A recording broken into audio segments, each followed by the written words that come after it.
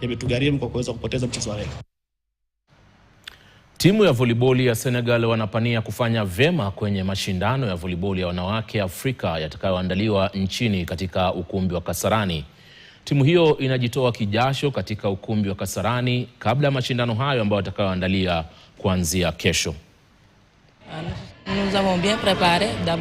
Lazima kwanza tujiandae.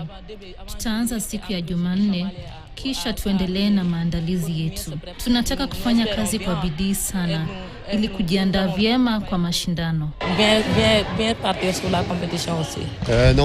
Lengo langu ni kuhakikisha timu hii inacheza kwa kiwango bora zaidi inachoweza. Ni vigumu kuweka lengo maalum kuhusu nafasi au viwango kwa sababu hatujui timu zote. Hatujui tutakuwa katika kundi gani, wala hatujui timu hizo zitakuwa katika hali gani. Lakini jambo ninalolitaka zaidi ni kuhakikisha wasichana tulionao wanaonyesha taswira bora zaidi ya timu ya Senegal, na hilo ndilo tunalolifanyia kazi.